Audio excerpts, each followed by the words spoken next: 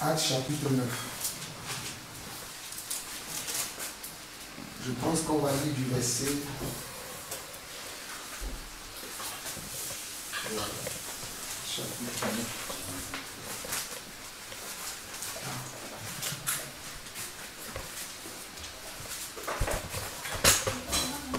Au fait, pourquoi je voulais partager ce petit message-là avec nous? Parce que hier, lorsque le frère Georges exhortait et que maman Amélie avait parlé, et le frère Georges l'avait arrêté, et moi aussi j'avais parlé. Peut-être certains d'entre vous ont trouvé mon intervention brusque. Mais j'aimerais remettre les points sur les i pour que nous puissions savoir que dans l'église de Dieu, on doit être constamment en esprit. Dans l'église de Dieu, on doit être constamment dans l'esprit. On ne doit pas sortir de l'esprit pour être dans la chair. Lorsque nous sommes dans l'église, c'est l'esprit qui nous conduit. Vous pouvez voir peut-être le conducteur que Dieu utilise ou le serviteur de Dieu que Dieu utilise d'agir d'une certaine manière. Nous devons le laisser faire. Parce que c'est lui que Dieu utilise pour nous transmettre quelque chose. Nous le laissons faire jusqu'à la fin. Si nous avons une question, à ce moment-là, nous posons la question. C'est très important. Donc, prenons Actes chapitre 9, lisons du verset 36 au verset 42. Il y avait là à Joppé parmi les disciples une femme nommée Tabitha, ce qui signifie Dorcas. Elle faisait beaucoup de bonnes œuvres et d'aumônes. Elle tomba malade en ce temps et mourut. Après l'avoir lavée, on la déposa dans une chambre haute. Comme Lydde est près de Joppé, les disciples ayant appris que Pierre s'y trouvait, envoyaient 2 hommes vers lui pour le prier de venir chez eux sans tarder. Pierre se leva et partit avec ses hommes. Lorsqu'il fut arrivé, on le conduisit dans la chambre haute. Toutes les veuves l'entouraient en pleurant et lui montraient les tuniques et les vêtements que faisait Dorcas pendant qu'elle était avec elle. Je vais beaucoup m'arrêter sur le verset 39 et le verset 40. On nous parle d'une femme qui est une femme de foi, une femme qui servait le Seigneur. Avec tous les biens qu'elle avait, elle le mettait à la disposition du Seigneur. Cette femme va mourir et les disciples vont solliciter Pierre qui va vouloir prier pour la dame. Mais regardez que lorsque Pierre arriva, regardez ce que les gens ont commencé à dire à Pierre, le verset 39. On nous dit, Pierre se leva et partit avec ses hommes. Lorsqu'il fut arrivé, on le conduisit dans la chambre haute. Toutes les veuves l'entouraient en pleurant. Les veuves qui étaient là, c'était des disciples, non? Mais ils étaient dans les pleurs. C'est-à-dire, ils étaient là dans le constat, dans le mal que la disparition de cette dame a causé dans leur vie. Pierre était venu rempli de foi. Et on voit que il lui montrait les tuniques, les vêtements que faisait Dorcas pendant qu'elle était avec elle. Il parlait du passé de la dame. Ce qu'elle pouvait faire. Pour eux déjà, Dorcas c'est fini, c'est dans le passé. Mais qu'est-ce que Pierre a fait? Pierre a remarqué que s'il restait avec ces gens-là, il ne va pas pouvoir avancer. Il les a fait sortir de la chambre. Regardez le verset 40. On dit, Pierre fit sortir tout le monde, se mit à genoux et pria. Puis se tourna vers le corps, il dit, Tabitha, lève-toi.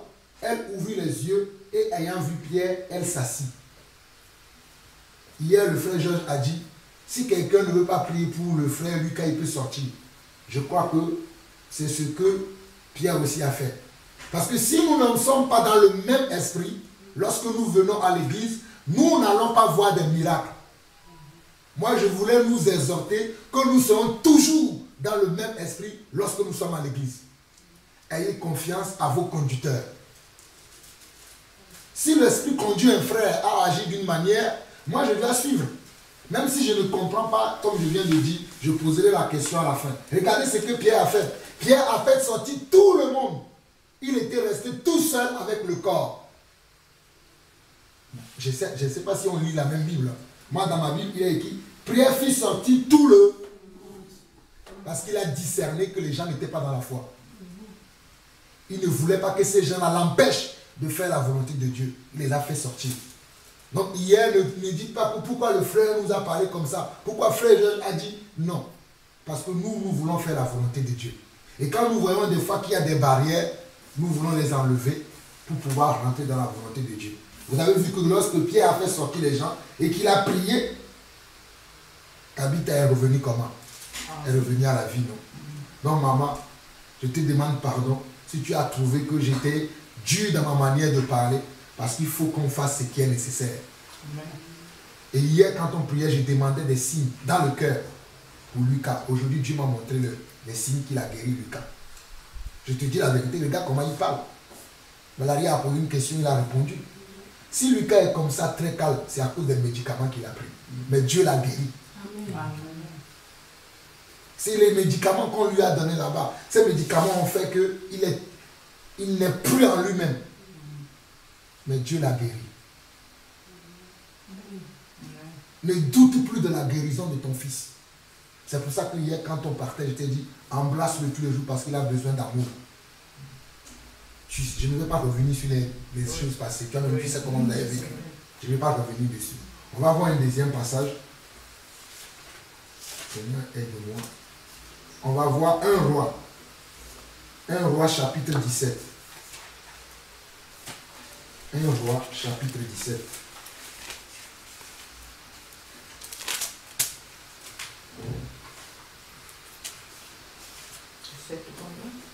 On va lire du verset.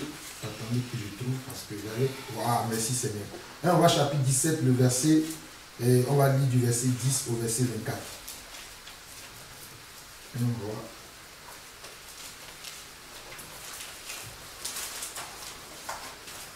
Un roi, le livre de roi, c'est avant Chronique, je crois. Hein? Voilà, c'est ça. Un roi chapitre 17. On va lire du verset 10 au verset 24. Élie a fait quelque chose là-bas. Parce que hier, j'ai dit des choses. Peut-être ça peut vous choquer. C'est pour ça que je préfère vous montrer les choses dans les écrits. Parce que moi, j'agissais selon ce que je recevais dans mon cœur. Un roi chapitre 17. J'ai dit le verset 10 au verset 24. Je peux même lire à partir du verset 8. On nous dit que alors la parole de l'Éternel, bon, pour mieux comprendre, je vais lire à partir du verset 1 afin que vous compreniez le contexte. On nous dit, Élie le Tishite, loin des habitants de Galade, dit à Akab, l'Éternel est vivant, le Dieu d'Israël dont je suis le serviteur. Il n'y aura ces années-ci ni rosée ni pluie, sinon à ma parole. Et la parole de l'Éternel fut adressée à Élie en ces mots. Pars d'ici, dirige-toi vers l'Orient et cache-toi près du torrent de Kérit qui est en face du Jourdain. Tu boiras de l'eau du torrent et j'ai ordonné au corbeau de te nourrir là. Il partit et fit selon la parole de l'Éternel. Et il alla s'établir près du torrent de Kérit qui est en face du Jourdain. Les corbeaux lui apportaient du pain et de la viande le matin, et du pain et de la viande le soir, et il buvait de l'eau du torrent. Mais au bout d'un certain temps, le torrent fut sec, car il n'était point tombé de pluie dans le pays. Sur la parole d'Élie. Élie avait prié, et plus d'eau. Et lui-même qui a prié, il a vu que même lui-même il ne pouvait plus boire de l'eau du torrent. Mais Dieu faisait tous les jours un aller-retour avec un corbeau qui le nourrissait. Je veux nous dire par là aussi que ne nous inquiétons pas de toute situation de notre vie. Si Dieu a pu nourrir Élie avec un corbeau, il peut nous nourrir aussi. Mais ce n'est pas là où je veux en venir. Nous continuons. Verset 8. Alors la parole de l'Éternel lui fut adressée en ces mots. Lève-toi, va à Sarepta, qui appartient à Sidon, et demeure là. Voici, j'ai ordonné à une femme veuve de te nourrir. Il y a des choses dans la Bible qui sont importantes que nous devons connaître. Il se leva, il alla à Sarepta. Comme il arrivait à l'entrée de la ville, voici il y avait là une femme veuve qui ramassait du bois. Il l'appela et dit, va me chercher, je t'ai pris un peu d'eau dans un vase afin que je boive. Et elle alla en chercher. Il l'appela de nouveau et dit, apporte-moi, je te prie un morceau de pain dans ta main. Et elle répondit, l'Éternel ton Dieu est vivant. Je n'ai rien de cuit. Je n'ai qu'une poignée de farine dans un pot et un peu d'huile dans une cruche. Et voici, je ramasse 2 morceaux de bois, puis je rentrerai et je préparerai cela pour moi et pour mon fils. Nous mangerons, après quoi nous mourrons. Élie lui dit, ne crains point, rentre, fais comme tu as dit, seulement prépare-moi d'abord avec cela un petit gâteau et tu me l'apporteras. Tu en feras ensuite pour toi et ton fils. Car ainsi parle l'Éternel, le Dieu d'Israël. La farine qui est dans le pot ne manquera point, et l'huile qui est dans la cruche ne diminuera point, jusqu'au jour où l'Éternel fera tomber de la pluie sur la face du sol. Et elle alla, et elle fit selon la parole d'Élie. Et pendant longtemps, elle eut de quoi manger, elle et sa famille aussi, bien qu'Élie. La farine qui était dans le pot ne manquait point, et l'huile qui était dans la cruche ne diminua point, selon la parole que l'Éternel avait prononcée par Élie. Après ces choses, suivez-moi maintenant très attentivement. Là, je parle à tous ceux qui ont été malades, pour qui nous avons prié. Suivez bien attentivement. Parce que je sais que quand nous allons partir d'ici, quand nous sommes ensemble là, il y a la foi. Il y a la persévérance. Mais quand nous allons partir, l'ennemi va venir, il va dire, mais ils sont partis maintenant. Tu penses que tu es guéri, non? On va voir ta guérison. C'est pour ça que je vous lis ces choses-là. Après ces choses, le fils de la femme, maîtresse de la maison, devint malade. Et sa maladie fut si violente qu'il resta plus en lui de respiration. Cette femme dit alors à Élie, qu'y a-t-il entre moi et toi, homme de Dieu? Es-tu venu chez moi pour me rappeler le souvenir de mon iniquité et pour faire mourir mon fils? Il lui répondit, donne-moi ton fils. Et il le prit du sein de la femme, le monta dans la chambre haute où il demeura et le coucha sur son lit. Puis il invoqua l'Éternel et dit, Éternel mon Dieu, est-ce que tu affligerais au point de faire mourir son fils, même cette veuve chez qui j'ai été reçu comme un autre? Et il s'étendit 3 fois sur l'enfant. Et il s'étendit 3 fois sur l'enfant. Hier, quand on priait, Dieu me disait qu'on devait embrasser Lucas, qu'on devait le tenir comme ça. La Bible me dit ici que et il s'étendit 3 fois sur l'enfant. Invoqua l'Éternel et dit, Éternel, mon Dieu, je t'en prie, que l'âme de cet enfant revienne au-dedans de lui. C'est ce que Dieu m'avait révélé lorsque je parlais hier, que embrassons Lucas et confessons la vie sur lui. C'est ce que je recevais par l'Esprit. Et je vous dis que Lucas a de la vie. Sa sagesse est revenue. Son intelligence est revenue. Tout ce que le diable lui a pris est revenu. Amen. Je vous dis que lorsque nous allons partir, le diable va venir. Il va vous dire, est-ce que vous croyez à cela? Ne restez pas dans le doute de ce que Dieu a fait ici. Amen.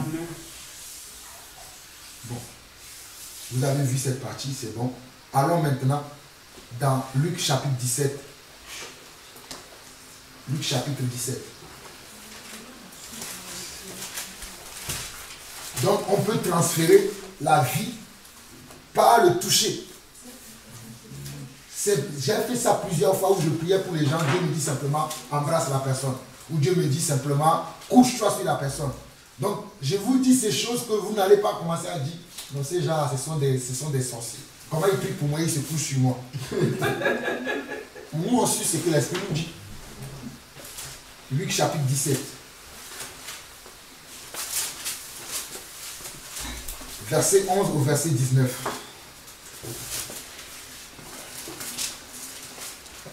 On nous dit, Jésus se renda à Jérusalem, passait entre la Samarie et la Galilée. Comme il entrait dans un village, 10 lépreux vinrent à sa rencontre. Se tenant à distance, ils élevèrent la voix et dirent, Jésus, Maître, aie pitié de nous. Dès qu'il les eut vus, il leur dit, allez vous montrer au sacrificateur. Et pendant qu'ils y allaient, il arriva qu'ils furent tous guéris. L'un d'eux se voyant guéri, revint sur ses pas, glorifiant Dieu à haute voix. Regardez comment Jésus fait cette guérison. Quand les personnes sont venues, il n'a pas imposé les mains comme il fait d'habitude. Il a dit simplement, allez vous montrer au sacrificateur. Donc n'attendez pas que des fois on va vous imposer les mains. On va vous dire une parole. Selon que l'Esprit nous révélera. Moi je fais comme ça. Je n'impose pas les mains aux gens tout le temps. C'est selon que l'Esprit me révèle quelque chose, je vais faire. Hier, quand j'étais là, je parlais de la Sainte Cythia. Dieu m'avait dit, tu vas aller, tu vas lui imposer les mains et tu vas prier pour lui et tu vas chasser la fraude de son corps. J'ai fait selon ce que j'ai reçu dans l'esprit. Quand je recevais, vous n'entendez pas. Mais c'est moi qui entendais selon ce que l'esprit me disait et j'agissais selon ce que l'esprit me montre.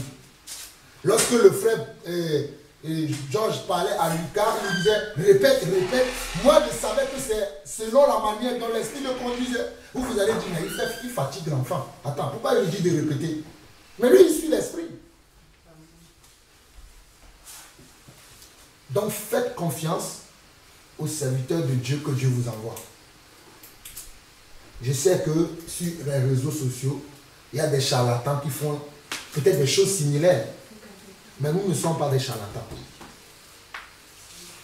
Je continue pour faire finir le passage. Verset 15, il dit, l'un d'eux se voyant guéri, revint sur ses pas, glorifiant Dieu à haute voix. Il tomba sur sa face aux pieds de Jésus et lui rendit grâce. C'était un Samaritain. Jésus, prenant la parole, dit, les 10 n'ont-ils pas été guéris? Et les 9 autres, où sont-ils? Et les 9 autres, où sont-ils? Ne s'est-il trouvé que cet étranger pour revenir et donner gloire à Dieu lorsqu'il y a une délivrance, lorsqu'il y a une guérison, lorsqu'il y a un salut? C'est pour que nous puissions donner gloire à Dieu. Amen. Ce n'est pas pour que vous puissiez donner gloire à un homme ni à quelqu'un, mais c'est pour que nous puissions glorifier Dieu. Parce que c'est Dieu qui guérit. Amen. Personne d'entre nous ici n'a la capacité de guérir quelqu'un. Mais c'est Dieu qui guérit. Donc c'est à lui que nous devons rendre gloire. C'est pour ça que lorsque Jésus avait guéri ces personnes-là, et qu'il y a une seule personne qui est retournée vers lui pour lui rendre gloire, ça a choqué Jésus.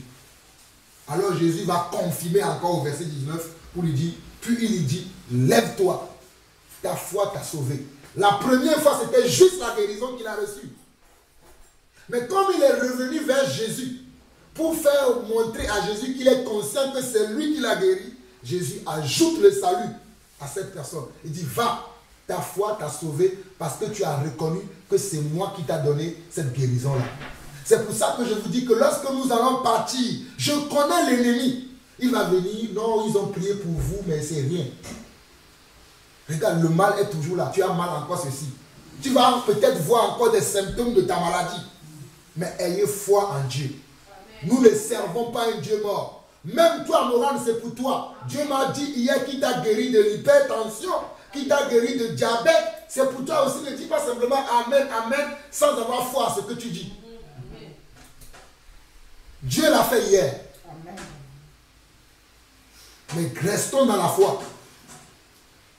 Et je veux dire, dans le dernier passage, on va lire Marc chapitre 8, verset 22 au verset 26. C'est mon dernier passage, c'est juste la courte exhortation que moi je vais faire aujourd'hui. Et après, je vais vous remercier pour l'accueil que nous avons eu. Parce que je ne pense pas que je parlerai après. Marc chapitre 8, verset 22 au verset 26.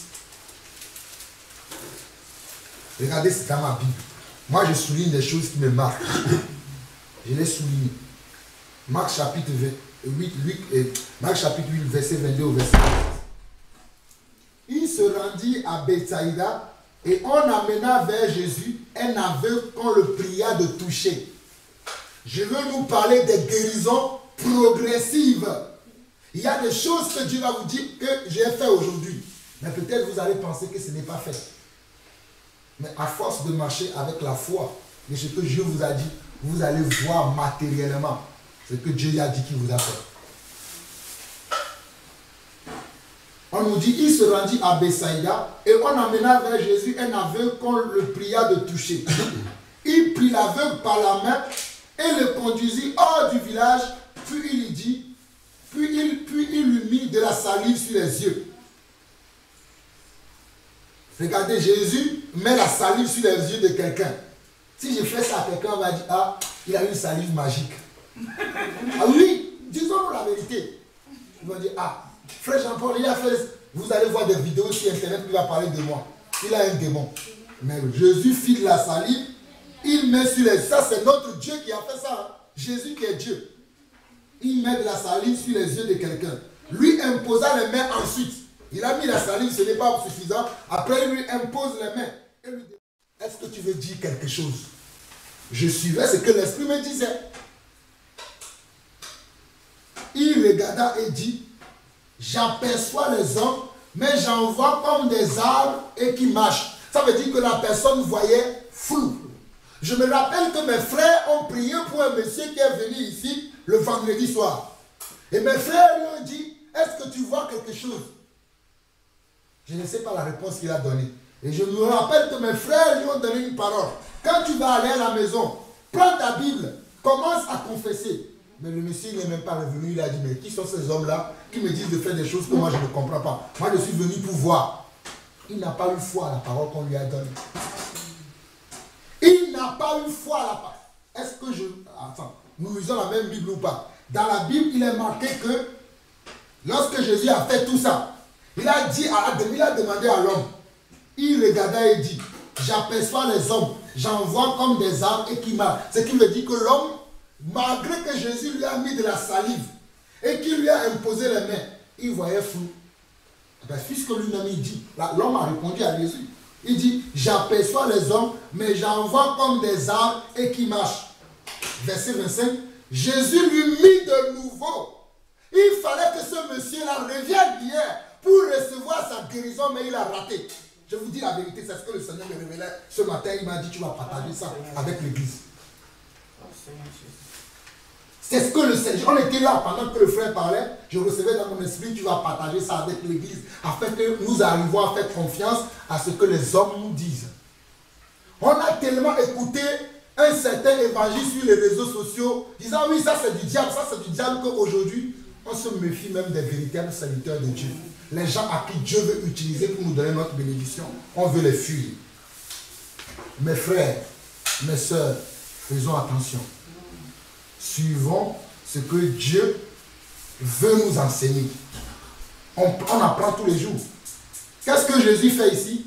Quand il a répondu au verset 25, Jésus lui mit de nouveau les mains sur les yeux. Est-ce que Jésus peut rater une guérison?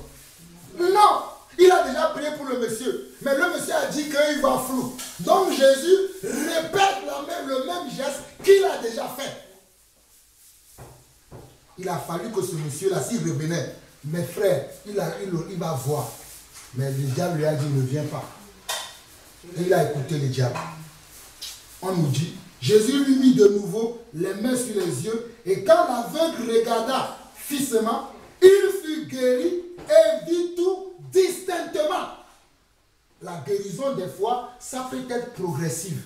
Mais nous devons avoir la foi. Même si c'est le monsieur là venait et qu'il ne voyait rien, il devait croire qu'on lui a dit, tu vas voir. Prends la Bible. Mes frères, moi je fais des choses des fois, si quelqu'un me connaît, m'a dit, je suis fou. Des fois, je prends mes enfants. Je dis, David, viens ici. Je commence à confesser. David, tu seras la tête, non jamais la queue. David, je déclare que tu vas aller. Je parle. Pourtant, David n'a que 11 ans. Parce que je suis en train de préparer son avenir. Je viens avec David, je dis, Samuel, tu viens. Je t'ai donné le nom Samuel, parce que tu vas faire comme le prophète Samuel. Et je commence à parler. Mais Samuel n'a que 8 ans. Mais je suis en train de préparer sa vie. Parce que la Bible dit que la mort et la vie sont au pouvoir de la langue. Je dois confesser les promesses de Dieu sur la vie de mes enfants. La Bible déclare que ce sont des projets de paix et non de malheur que Dieu a pour nous. Je connais ces projets. Nous savons que dans Éphésiens chapitre 2, la Bible dit que Dieu nous a bénis, Éphésiens chapitre 1 plutôt, que Dieu nous a bénis de toutes les bénédictions spirituelles dans les lieux célestes. Mais c'est à moi d'appeler ces bénédictions pour que je les vois dans la vie de mes enfants. Faisons confiance à ce que Dieu veut faire dans nos vies. Lorsque nous recevons une parole de foi, mettons la foi dessus. Même si aujourd'hui nous ne voyons rien. C'est pour ça que j'ai dit, Lucas est guéri. Je répète encore ça. Parce que l'ennemi va te faire comprendre que, il prend encore ses médicaments. On lui fatigue encore à prendre ses médicaments. Donc il n'est pas guéri. Regarde ici. Souviens-toi de ce message-là et prends ton fils. Toi-même tu lui parles. Mon fils, je déclare que tu es guéri. tu fais comme Jésus a fait. C'est pour ça que je vous ai montré que Jésus peut rater quelque chose. Si Jésus a prié 2 fois, 3 fois, 4 fois, ça veut dire que moi aussi je peux prier 2 fois, 3 fois, 4 fois pour voir sa volonté. Parce que Dieu ne ment pas. Quand Dieu dit quelque chose, c'est qu'il a fait. Au verset 25 et verset 26, là où je finis, Jésus lui mit de nouveau les mains sur les yeux. Et quand l'aveugle regarda fixement, il fut guéri et vit tout distinctement. Alors Jésus le renvoya dans sa maison en disant, n'entre pas au village. N'entrez pas au village. Quand vous allez aller au village là, les gens vont commencer à dire, vous êtes parti à Ouévik là. Qu'est-ce qu'on vous a fait là-bas? Mais tu es revenu avec le problème, non? Regarde ton fils. Lucas est guéri. C'est un serviteur de Dieu. Je ne sais pas quand Dieu va commencer à l'utiliser, mais pour moi, j'ai demandé un signe. Quand on priait hier, je disais dans mon cœur, Seigneur, donne-moi un signe. Et quand je l'ai entendu, ce jeune homme répondre à des questions, qu'il n'y a que celui qui a l'Esprit de Dieu qui peut répondre, pour moi, il est guéri. Dieu a répondu à ma prière. Donc, c'est juste ce que je voulais vous ajouter. Que Dieu vous bénisse. Amen. Amen.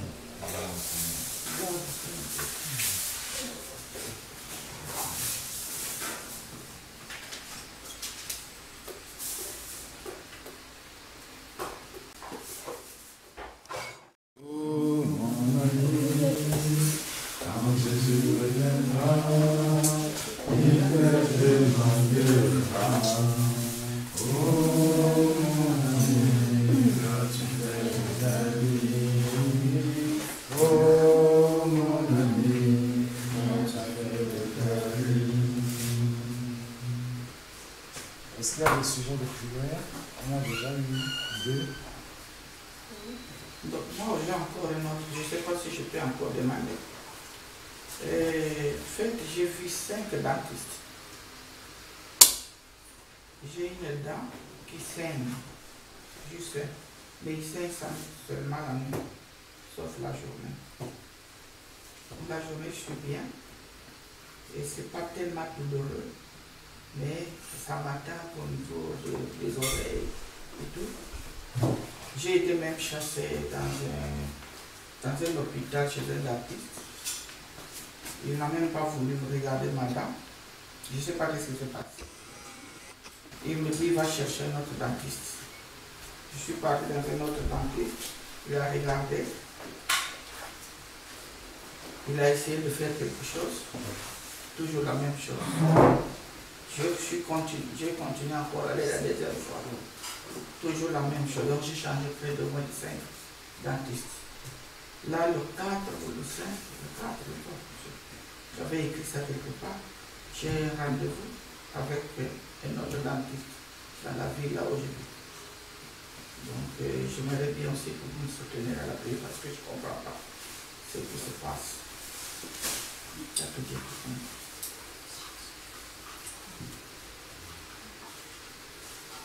Amen. Oui, vas-y. Tu voulais parler, Sylvie, vas-y. Je voudrais que vous me souteniez par rapport à ma famille parce que depuis la mort de mon papa, nous avons un successeur et terme que mon frère est déjà très consanguin. Et récemment, il a fait l'accident avec une moto, il n'avait pas de casque, alors on a opéré la tête et il y a aussi son corps opéré. Je ne sais pas s'ils ont déjà fait, il y a un manque de confiance de telle manière que même les aides ne sont plus normales. On veut bien l'aider, mais les gens ont peur de. On dit peut-être que c'est bon, je ne sais pas si c'est les gens là-bas qui savent. Et c'est quelque chose qui n'a jamais existé dans ma famille. Et je vois que c'est le diable qui vient nous voler cette joie et cet entente. Parce que dans une famille polygamie, c'est difficile de voir que les gens s'entendent. Et depuis, c'est un manque de confiance totale. C'est-à-dire, tu vois ton frère, tu peux même l'aider en te donnant même 2 euros pour le soutenir. Mais tu ne le fais pas parce que, soi-disant, les gens ont peur. Et c'est vrai qu'il y a beaucoup qui ne sont pas croyants comme nous. Mais vraiment, c'est vraiment difficile. Et je voulais vraiment qu'on porte ce sujet-là devant le Seigneur. Parce que je le fais, je sais que le Seigneur le fait. On a parlé de dit quand 2 et 3 sont réunis ensemble et au lieu de nous, je pense qu'ensemble, si nous devons encore au Seigneur. Donc,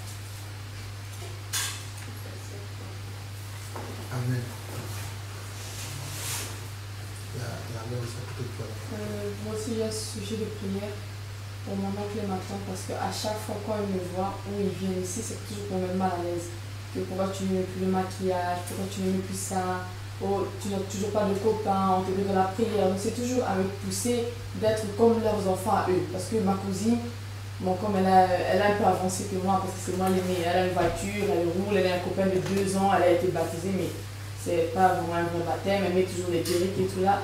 Donc à chaque fois qu'elle me voit comment je suis, quand on ne suit pas ta maman, donc en fait mes cousines aussi, mes amis aussi, donc je veux bien les mettre en prière pour qu'ils comprennent pourquoi je préfère choisir cette voie-là que suivre eux. Parce que des fois ça me fait mal aussi d'entendre que oui, on te met de la prière, tu vas rester toute seule, tu vas finir avec les chiens, les chats comme les vieilles, ne suis pas ta maman, vous allez vieillir, nanana. Donc, moi j'aime pas comprendre tout ça en fait. Moi ça me fait mal. Des fois je me dis, bon, si je les entends, ceux qui me disent, si j'écoute ça, des fois j'hésite même que est-ce que je suis vraiment bien où je suis là ou pas. Tu vas maintenant aimer quand tu parles comme ça. Hein? Tu vas maintenant aimer quand tu parles comme ça.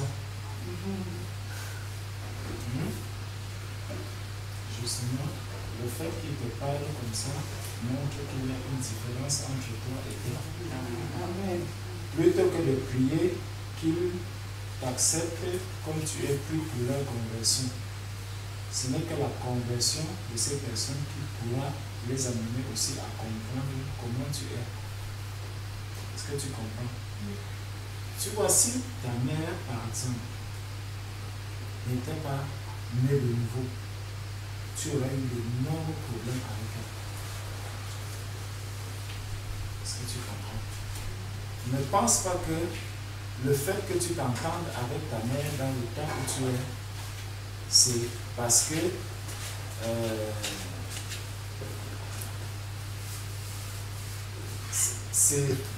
en tout cas c'est la même grâce que tu aurais eu si ta maman n'était pas convertie. Et regarde un peu, nous avons une sœur, la sœur Claire. Elle est avec sa maman. Sa maman n'est pas née de nouveau, sa maman n'est pas convertie. Mais elle considère sa propre fille vraiment comme quelqu'un qui vraiment elle ne trouve pas sa vie normale. Tu vois, sa propre maman aurait aussi souhaité peut-être qu'elle ait un ami, un ceci, tu vois, tout simplement parce que sa mère et elle ne sont pas sur la même longueur d'onde par rapport à la vérité. Tu comprends? C'est une grâce. Le Seigneur t'a béni. Le Seigneur t'a béni. De sorte que quand aujourd'hui ta mère te voit, elle voit comment est-ce que tu avances, elle voit que tu es là, tu n'as pas de copain, tu vis toute seule, tu avances, tu progresses. Ta mère est dans la joie. Mais même nous qui sommes déjà adultes, tu as ton père et tout, mais quand il te voit vivre, il se dit que vraiment tu es perdu. Parce que tu n'as pas le même modèle de vie que lui. Tu comprends? Donc, c'est des alertes que ces personnes te font afin que tu pries pour ces personnes. C'est pour ça quand on te dit que tu es un modèle pour la jeunesse, tu es un modèle pour ceux qui ne connaissent pas encore le Seigneur. Il faut que quand on voit, au départ, on va commencer à te dire toutes ces choses. Mais quand ils verront que l'arrière aujourd'hui, elle se préserve, si le Seigneur a prévu qu'elle va se marier, le jour où le mari de l'arrière sera là, ça sera quelqu'un qui a la crainte de Dieu. Donc ça ne sera pas quelqu'un qui va du jour au lendemain lui dire, bon, écoute, je ne veux plus de toi, gagne la porte. Ça sera quelqu'un qui a la crainte de Dieu, donc quelqu'un qui connaît ce que c'est qu'avoir une femme. Tu vois un peu? Et quand donc ces personnes qui aujourd'hui te traitent de tout ce qu'ils disent là, quand ils vont te voir dans ton couple, dans ton ménage, dans ta famille, vraiment sereine, faisant ce que la femme vertueuse doit faire dans sa maison, accomplissant vraiment ce qui plaît au Seigneur, tu verras comment ces mêmes personnes vont commencer à te prendre pour modèle en disant, mais avant on la voyait, ça, mais je vois quand même qu'elle a persévéré sur le chemin où elle était, et aujourd'hui, Vraiment, comment est-ce que Moran a même pu faire pour élever sa fille de cette manière? Elle a la sérénité, elle est en paix, elle ne se plaint pas des choses et je la vois tellement différente. Tu vois, même quand tu es un enfant de Dieu, même si tu n'as pas assez de moyens comme les autres, ma soeur, ta vie est tellement réglée, tellement réglementée que ceux qui ont même de l'argent, qui sont riches, qui n'ont pas Dieu, leur vie est désordonnée. Le peu que le Seigneur te donne, tu t'organises avec cela et tu es dans la joie. Même ceux qui ont plus que toi vont t'en dire. Tu comprends? Donc, il faut bien reconsidérer des choses. La place que tu as aujourd'hui dans le monde, ma soeur, ce n'est pas la même place, ce n'est pas la place que tous ceux qui ne connaissent pas le Seigneur ont. Peut-être toi-même tu ne le réalises pas encore, tu vois, mais avec le temps, tu comprendras, avec les yeux spirituels, les oreilles spirituelles, tu comprendras que vraiment tu as une grâce particulière et que tu es privilégié dans ce monde. Donc que ces gens-là ne te dérangent pas. Plutôt que de prier pour qu'ils te laissent tranquille, non, prie plutôt pour leur conversion, afin qu'ils comprennent, parce qu'ils ont l'intelligence obscurcie. Ils ne comprennent pas la vie de Dieu. Ils ne comprennent pas qu'est-ce que Dieu a fait même dans ta vie. Ils ne comprennent pas. Comme ils ne comprennent pas aussi pourquoi est-ce qu'ils sont même sur la terre. Ils pensent qu'ils sont sur la terre pour chercher l'argent, pour aller danser, aller en boîte de nuit. Quand tu finis de faire tout ça, et après, tu vois, la Bible dit qu'ils ont l'intelligence obscurcie. Ils sont étrangers à la vie de Dieu. Toi, ton intelligence est maintenant renouvelée. Tu n'es plus étrangère à la vie de Dieu parce que tu es devenu un enfant de Dieu. Est-ce que tu comprends? Amen. Moi, j'ai une question à poser. Pas à toi, à l'arrière, à Thierry. Et bon, ton épouse aussi à la cuisine. C'est lequel de vos frères qui viennent poser la question comme ça à votre fille? C'est pas mon frère, c'est la grande sœur de Moran. La grande sœur et le petit Oui, frère. mais tu es le maître de la maison, mon frère. Mais c'est ce que je veux dire, moi je suis très colérique. Moi je ne supporte pas de parce qu'il parle ça, c'est pas ma présence. Si moi je suis là, je prends la bouteille, je la casse la tête. Et moi je suis comme ça, il y a des choses que moi ça ne passe pas. Donc quand il faut ces choses-là, moi je ne suis pas là. Moi aussi j'avoue. C'est en haut qui tu dis ça. Quand tu es tout seul. Ouais, moi je ne suis pas là. Ma cousine, elle était là. Moi je ne suis pas là, ils font ces choses. J'ai dit à Moran, parle avec ta soeur et avec ton petit frère. Si moi je rentre dans ces histoires, je vais forcément un dégât. Donc moi je ne saurais pas parler comme... Donc je ne sais pas comment Dieu m'a créé, je ne sais pas si on va prier pour toi, tu vas parler correctement. Mon frère, on va prier pour toi. Oui, on va prier pour toi, tu vas parler correctement. Ouais, tu vas pas taper tout le monde tout le temps. C'est ça. Non, tu vas... J'ai une nature vraiment très compliquée. J'étais comme toi, mon frère, mais Dieu m'a délivré. Il peut le faire aussi pour toi. C'est vrai que Dieu qui peut changer quelque chose. Je te dis, j'ai un esprit tantôt insupportable. Parce que je ne supporte pas quelqu'un, et surtout qui est inférieur à moi, par rapport à l'âge, ou par rapport à ce que, comme moi je sais que tu es inférieur à moi, et tu veux oser le ton contre moi. Mon petit frère, il est docteur, il est médecin, il était ici à Bruxelles. Mon petit frère, c'est notre avant-dernier. Il était venu. Il a osé les tons contre moi. Moi, si tu es déjà inférieur, moi, ça ne passe pas. Donc, je vais me déchaîner. Un jour, donc, je me suis déchaîné, je ne sais pas, comme si la maison pouvait s'écrouler. Alors, j'avais parlé, quand le frère de maman Moran parlait, ou de sa grande soeur, c'est une autre famille, j'ai remis les problèmes à maman Moran, finis avec ta soeur, avec ton frère, parce que si moi je rentre, c'est là, d'abord, j'ai un caractère comme un rancunier. Si je te prends dans mon problème, c'est fini. Alors je ne vais pas me rentrer dans ces problèmes, c'était un problème de votre frère Thierry, dis j'avais. Tu n'es plus comme ça maintenant. Non, oui, je ne suis plus comme ça, j'avais. Amen. Amen. Et quand ils ont dit cela, moi je n'étais pas là, et comme la fille a dit tantôt dans la chambre, si ose dire ça là où moi je suis, ça ne va pas passer. Ça ne va pas passer, je crois, je vais les chasser ici chez moi comme des chiens. Ok. Voilà. C'est juste la question que je voulais poser. Donc tu m'as donné ta pensée. Je voulais encourager un peu l'arrière. C'est maman Morane qui va faire un effort aussi de finir avec elle. Est-ce que je peux? Ouais, c'est pas comme ça que tout le temps vous mettez la fille mal. Vous voulez qu'elle fasse des bordels ou quoi? Je ne parviens pas à comprendre.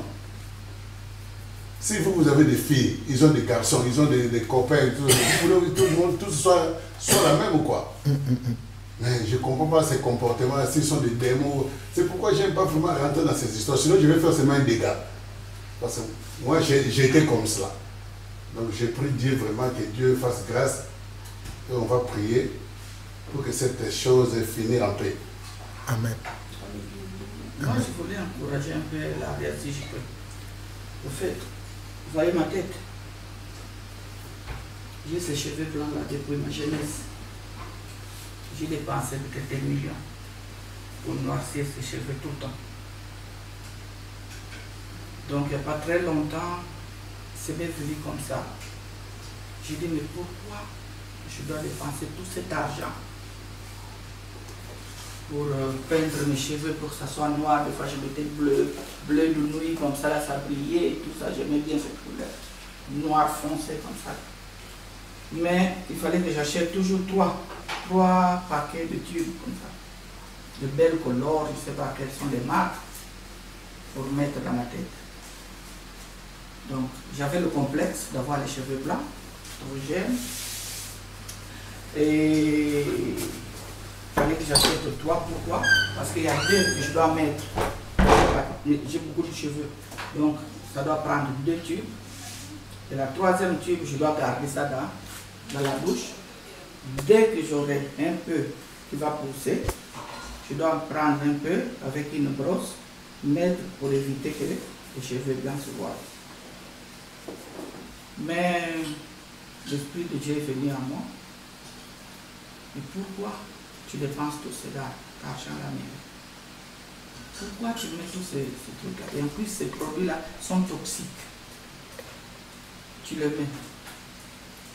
J'ai dit, Abraham, Sarah, quand ils sont arrivés à un certain âge, est-ce qu'ils ont eu à mettre ces produits-là? Est-ce qu'ils avaient le temps de mettre ces produits-là au lieu de servir leur Dieu? À partir de ce jour-là, je n'achetais plus ces produits. J'ai laissé mes cheveux. Ça fait déjà 5 ans que j'ai mes cheveux comme ça. Mais quand ma famille, les amis qui m'ont vu avec mes cheveux blancs, que je les ai laissés, j'ai eu une guerre terrible, des attaques. Donc quand tu es dans le Seigneur et que tu suis une route et que tu veux faire des choses correctes, tu ne peux pas être aimé. Donc tu auras toujours des attaques. Et c'est ça qui prouve le signe que tu es chrétien, que tu as quelque chose, comme vient de dire le frère. Tu as quelque chose avec toi et que c'est quelque chose dans l'air des rangs, donc ils vont t'attaquer. Donc le diable rentre là. Les gens se sont morts. Même ma propre tante, la petite soeur de ma mère, la seule qui est restée avec nous, elle s'est moquée de moi. Regarde comment tu as vieilli. Regarde ta soeur ici, là, elle brille encore. Mais regarde comment. Mais peins tes cheveux, mais mets la teinture. Mais c'est quoi ça? Au moment où il m'a dit ça, je lui ai donné une bonne réponse. Je dis, maman, toi tu n'en as pas, mais moi je les ai. Tu sais que c'est une richesse. Les cheveux blancs, c'est biblique. Donc, tout ce que tu me dis là, moi je ne peux pas rentrer dans ta façon de voir les choses. Moi je vois les choses autrement. Je suis dans le Seigneur, je garde mes cheveux comme je suis. Et je me trouve très belle avec mes cheveux. Donc c'est pour ça que je dis à la petite, quand on lui donne elle doit beaucoup prier pour demander à ce que le Seigneur puisse lui donner des paroles pour pouvoir leur dire. Parce que quand tu vas leur dire, pour écouter, moi, je fais ça, le Seigneur va transformer. C'est moi, je vais vivre comme ça. J'ai accepté le Seigneur Jésus comme Seigneur et Sauveur dans ma vie. J'ai fait ce que je veux de ce temple qui appartient à Dieu par rapport à la parole de Dieu. Parce que je ne peux pas marcher par rapport à vous.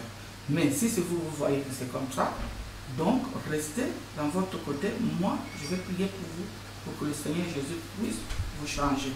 Donc c'est ce que en fait je voulais compléter pour l'arrière, pour l'encourager un peu, parce qu'elle est souvent attaquée, je connais ce problème, par sa tante, les enfants de sa tante, elle est au milieu des jeunes, donc même les amis aussi, on le trouve vieille, parce que ta maman, on prend toujours l'exemple de la maman, et ça c'est vrai. Donc l'enfant, surtout qu'elle a pris le baptême, ça va être encore plus encore. Donc merci beaucoup, gloire à Dieu. Amen. Amen. Voilà. Je pense que tu veux juste le frère Thierry, quand il parle de... C'est quelqu'un qui a un caractère colérique et tout ça. Pour lui dire que c'est vrai, la colère, il y a des personnes comme ça. Moi qui suis aujourd'hui avec le frère pour venir ici, eux c'est les anciens. Il n'y avait pas quelqu'un qui était plus colérique que moi. Il y a un des frères, s'il était venu ici, un Congolais de chez vous-même, le frère Dachel, qui est aussi serviteur. Peut-être il allait te témoigner comment je réagissais quand je suis venu m'installer à Paris. Parce que c'est dans l'église qu'il dirigeait avec un autre que je l'ai connu. Mais je ne marchais pas quelque chose qui n'allait pas avec moi. Même au sein de leur assemblée là-bas, parfois, il arrivait même qu'on arrêtait le culte pour leur dire des choses, mais ce n'était pas avec sagesse. Même si c'était la vérité, mais je manquais de sagesse. La colère prenait le dessus et la sagesse était enterrée. C'est pour te dire que quelque part, cette colère, on réussit à la travailler parce que rien n'est impossible avec Dieu. On réussit à la travailler. Si tu donnes seulement ta volonté de vouloir enterrer cette colère-là, c'est passé. J'étais peut-être plus dangereux que toi-même. Parce que même, je te le dis, même là où je travaillais avant, il a fallu même faire couler le sang de celui qui était le petit frère du ministre de l'agriculture de l'Italie, où j'étais alors qu'on travaillait pour un institut de recherche sur l'agronomie. Même les responsables étaient étonnés de voir que je pourrais toucher une mouche, parce qu'ils ne me voyaient jamais parler. Mais quand c'est arrivé ce jour-là, tout était noir devant moi. Ce que j'ai trouvé, j'ai tout tapé. Pour dire, j'étais arrivé à un point où je ne contrôlais plus quand je suis dans la colère. Mais avec mon épouse, me connaissant comme ça, je dis toujours, je bénis le nom de Dieu pour mon épouse, parce qu'elle a fait un travail de fond pour que cette colère-là, ça puisse passer. Aujourd'hui, quand je vois quelqu'un qui est colérique, je dis qu'il est fou. Parfois, je regarde et je ris. Mais parce que je sais que la colère, en fait, c'est comme un esprit qui te domine, qui ne te permet pas de te contrôler toi-même. C'est quand tu finis d'agir que tu t'assois pour réfléchir. Mais tu aurais dû faire ça avec amour, tu aurais dû faire ça avec tendresse, tu aurais dû parler à la personne avec amour. Cela n'allait pas dégénérer à tel point. Mais c'est déjà tard puisqu'on a déjà posé l'acte. Et là, quand je me suis rendu, je commençais à comprendre tout ça avec la prière, aussi des choses et tout. Aujourd'hui, la colère, je peux dire, c'est quelque chose qui est presque éteint dans ma vie. C'est vraiment éteint dans ma vie. Pour voir que j'arrive aujourd'hui à être en colère, vraiment c'est que c'est pas moi. Même le frère d'Achel qui prêche avec nous, il vous a dit, il leur a dit plusieurs fois, celui là, le frère Franck que je connais là, si ça aurait été dans le temps où je le connaissais, ce que vous venez de faire là, il y a longtemps qu'il a débarqué. Je ne perds même pas une minute là, je serais déjà parti. Mais aujourd'hui c'est le jour et la nuit, ça a carrément changé dans ma vie. Donc mon frère, tu peux changer ça. C'est parce qu'ils savent que tu es colérique. Ils jouent avec ta fille sur ça. Ils s'appuient sur ça pour que tu sois maintenu dans ta colère. Mais le jour où tu seras face à ces choses-là, qu'ils viendront parler avec toi, parle-leur avec amour. Ils seront surpris de ton changement. Ils ne seront pas que le Thierry qu'on connaissait là, non. Peut-être qu'il aurait dû nous chasser comme des malpropres de sa maison. Mais, regardez comment il nous a parlé aujourd'hui. Et ça va leur travailler plus fort que toi, plus fort que ta fille. Ça va beaucoup les travailler durant tout le temps qu'ils vont passer. C'est un combat que tu dois mener toi-même. C'est un combat qu'on doit prier pour toi, pour que ça s'enlève. Comment c'est ce que je tenais à dire. Amen. Amen.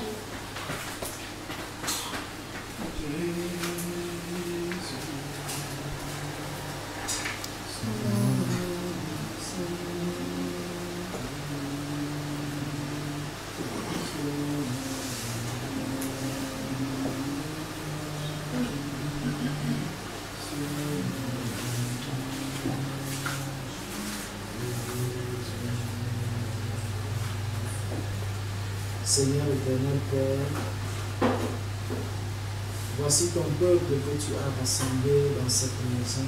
Amen. Seigneur, nous avons passé du bon temps ici avec notre frère Thierry, avec notre sœur Morane et tous les autres bien-aimés, Seigneur Dieu, que toi-même tu as invité pour ce rassemblement. Père, nous sommes dans ta présence. Seigneur, tu nous as dit, je suis avec vous tous les jours. Ô Père éternel, toi qui as vu tout ce qui a été fait, tout ce qui a été dit, tout ce qui a été accompli. Père, si de quelque manière que ce soit, nous avons mal agi, s'il y a eu un péché, un manquement, Seigneur Dieu, nous te demandons pardon. Viens encore, Seigneur Dieu, parfaire tout ce qui est encore boiteux, tout ce qui n'a pas été achevé, Seigneur Dieu. C'est toi qui es le Dieu de l'achèvement. Seigneur, rien de ce que tu fais n'est imparfait. C'est pour ça que nous avons cette assurance. Père, que sur ta parole, nous avons prié sur les malades, ces malades sont guéris. Amen. Sur ta parole, Père éternel, nous avons baptisé les personnes. Cela est juste devant toi. Père, nous savons que c'est des instruments que tu vas maintenant utiliser pour que le royaume des cieux soit propagé sur la terre. Amen. Ô Père éternel, voici encore des sujets qui sont arrivés. Père, nous te prions déjà pour nos familles. Seigneur, ce sujet que Maman Amélia a présenté concernant ses enfants qui ne t'ont pas encore connus. Père, nous avons écouté ta parole à ce sujet. Nous savons que tu es le Dieu qui n'a pas changé. Père, tu as dit, crois au Seigneur Jésus et tu seras sauvé, toi et toute ta famille. Père, nous avons cette assurance que non seulement les enfants de Maman Amélia vont te servir, mais aussi, Seigneur Dieu, les frères et sœurs de tous ceux qui sont ici au milieu de nous. Père, nous avons cette assurance que tu les attires à toi et que tu toucheras leur cœur, un à un, Seigneur Dieu, afin qu'ils entrent dans l'arche, qu'ils te servent, ô Père éternel, même au-delà de nos frères et sœurs, nos cousins, nos cousines, nos tantes. Père, nous te prions pour la tante de notre sœur Laria, ses tantes et ses oncles. Père, que toi-même, tu les attires à toi, ô Père éternel, afin qu'ils reçoivent la vie, afin que leur intelligence puisse être renouvelée, afin qu'ils puissent être recréés, Seigneur Dieu, par toi. Père, pour qu'ils comprennent les choses d'en haut. Oh Père, viens encore affermir ma soeur Laria. Viens l'affermir, Seigneur Dieu. Viens affermir ma soeur Sylvie. Viens affermir mon frère Lucas. Viens affermir ma soeur Morane. Viens affermir, Seigneur Dieu, la maman, Seigneur Dieu, afin que toutes ces personnes, ô Père éternel, que toi-même, tu as appelés et à qui tu as montré le chemin. Père, que rien ne puisse les arrêter sur le chemin qu'ils ont emprunté, mais qu'ils aillent de progrès en progrès, de persévérance en persévérance. Seigneur, nous te prions afin que toute cette nourriture qui nous a été donnée, Seigneur Dieu, la nourriture spirituelle, Père, que cette nourriture demeure en nous, qu'elle fasse le travail pour lequel cette parole est venue.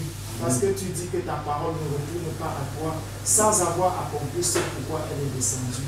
Seigneur, que cette parole produise du fruit en chacun de nous. Ô Père éternel, que chacun de nous qui étions là, Père, que l'on continue encore à creuser, Seigneur Dieu, pour recevoir de toi tout ce qui restait, tout ce qui manquait, pour, Seigneur Dieu, perfectionner encore les voies sur lesquelles tu nous as placés, Seigneur, pour que nous puissions encore te connaître davantage. Ô Père éternel, voici encore la famille de notre sœur Sylvie. Seigneur Dieu, tu vois le désordre, Père, qui est en train de s'installer dans cette famille. Éternel Dieu, nous te prions, afin que dans ton amour immense, Seigneur Dieu, que tu touches le cœur. Père, nous savons qu'aucun homme, Seigneur Dieu, ne peut manifester l'amour s'il ne te connaît pas. Aucun homme, Seigneur Dieu, ne peut agir comme toi s'il n'a pas ton esprit. C'est pour ça que nous te présentons, Seigneur Dieu, le salut des âmes de cette famille. Père, afin que toute cette famille, Seigneur Dieu, la famille de Sylvie, Père, qu'elle te connaisse aussi. Seigneur Dieu, qu'ils puissent avoir la paix, parce que c'est en Jésus-Christ qu'on a la paix. Seigneur, dépose ta paix, dépose ton amour dans le cœur de notre sœur Sylvie. Père, afin qu'elle comprenne que ce fardeau qu'elle porte, Seigneur Dieu, tu es avec elle. Qu'elle fléchisse les genoux. Père, nous savons que tu as fait d'elle un instrument utile, Seigneur Dieu, pour sa famille, pour la conversion des membres de sa famille. Fortifie Sylvie, Seigneur Dieu. Fortifie-la, Seigneur Dieu, dans la prière. Donne-lui, Seigneur Dieu, d'avoir vraiment les entrailles de miséricorde, afin que, Seigneur Dieu, qu'elle ne regarde pas tous ceux qui sont autour d'elle, qui n'ont pas Jésus-Christ. Mais Père, qu'elle s'appuie sur toi, Seigneur Dieu, pour lever vraiment la voix, pour que tu fasses grâce. Oh Père, s'il y a des malades dans cette famille, Père, nous te prions pour leur guérison physique. Seigneur Dieu, que toi-même, tu te manifestes, Père, dans la vie de chacune des personnes de cette famille. Oh Père éternel, nous te prions également pour notre maman Amélia. Seigneur Dieu, visite-la maintenant. Oh Père, viens guérir, viens la restaurer dans sa chair, Père, afin que tout ce qui est encore boité en elle, Père, que cela puisse être redressé au nom de Jésus-Christ. Oh Père éternel, viens ôter de son cœur, Seigneur Dieu, toutes les pensées du passé, tout ce qu'elle avait, Seigneur Dieu, comme fardeau dans son cœur concernant Lucas. Père, que cela soit ôté au nom de Jésus-Christ. Père, viens déposer la paix en ce qui concerne la vie de Lucas. Seigneur, que dans son cœur, qu'elle reçoive la même paix que Lucas a reçue. La paix, Seigneur Dieu, de la guérison. La paix, Seigneur Dieu, de l'amour. La paix, Seigneur Dieu, de Jésus-Christ en elle. Père, qu'en avançant, qu'elle avance étant légère. Ô Père éternel, nous te remercions pour son amour, pour l'amour que maman Amélia a pour cette famille qui nous a reçus. Père, continue de veiller, Seigneur Dieu, afin que, Seigneur Dieu, le malin ne puisse pas venir détruire quoi que ce soit, Seigneur Dieu, dans cet amour. Que ce soit un amour qui est basé sur la vérité, un amour qui soit un amour sincère. Père, conduis tes enfants. Conduis tes enfants, Seigneur Dieu, qui étaient rassemblés ici. Père, béni sois-tu pour ce que tu es venu accomplir au milieu de nous. Nous te remettons encore ces 2 baptêmes qui doivent être faits. Seigneur Dieu, toi-même, conduis-les. Seigneur Dieu, que tout ce qui va être fait encore concernant ces baptêmes glorifie ton Seigneur. Merci, Père éternel, aussi pour ce papa qui était là le premier jour. et qui est parti, Seigneur Dieu, qui ne nous a plus donné de nouvelles. Père, que ta paix soit avec lui. Seigneur Dieu, nous te prions afin que toi-même tu te révèles à ce papa, que tu te révèles à son épouse, Père, afin qu'il te cherche véritablement, qu'il te saisisse, ô Père éternel. Merci pour ce temps que nous avons passé. Sois honoré, sois glorifié, sois élevé, Père, au nom de Jésus-Christ. Amen. Amen. Amen. Mes frères, est-ce qu'on peut prier? Est-ce qu'on peut prier pour le frère? J'ai un peu la colère. Il faut que Franck prie. Amen. C'est lui le docteur qui va faire la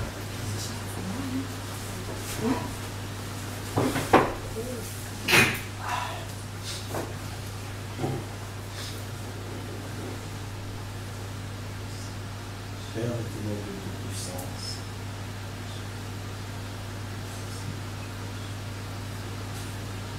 nous te bénissons, nous te rendons toute la gloire. Nous te bénissons pour tout ce que tu as fait dans cette maison durant tout le séjour que nous avons passé ici. Père, nous te disons merci. Merci parce que c'est ta gloire qui triomphe au-dessus de toutes choses. Et tout ce que nous faisons, nous le faisons pour ta gloire et non pas pour notre gloire. Et toutes les mains qui ont été imposées sur les malades et autres, Père, ce sont tes mains qui se sont imposées et non notre main. C'est pourquoi, éternel Dieu, cette main encore qui sont posées sur mon frère Thierry, que ce ne soit pas mes mains, mais plutôt tes mains, afin que cela puisse toucher son cœur et que la colère qui est en lui puisse disparaître au nom puissant de Jésus. Père, je te prie, je t'en supplie. Car tu as fait de moi cette personne-là, qui était colérique, qui ne regardait même pas les conséquences des choses, mais qui agissait dans la colère. Tu m'as transformé, c'est que tu peux aussi transformer mon frère.